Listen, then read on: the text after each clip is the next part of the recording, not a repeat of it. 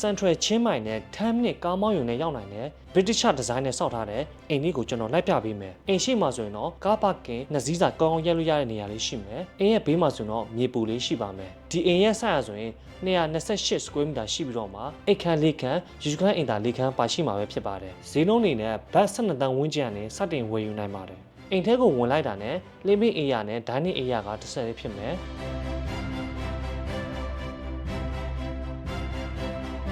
ဒါပေမဲ့ချမ်းမှာဆိုရင် open kitchen နဲ့ closed kitchen ရှိပါမယ်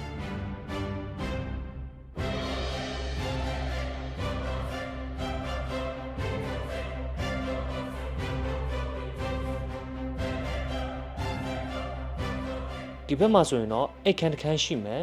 သူ့ရဲ့ကဲမှာကခွန်မောထွားလိုက်ရှိပါမယ်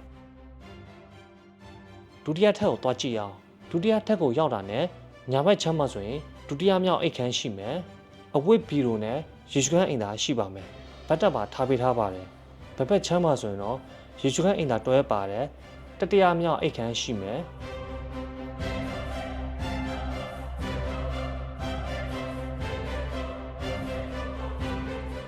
ဒီခန်းလေးကတော့ရေချွမ်းအိမ်သာတွဲပါတယ်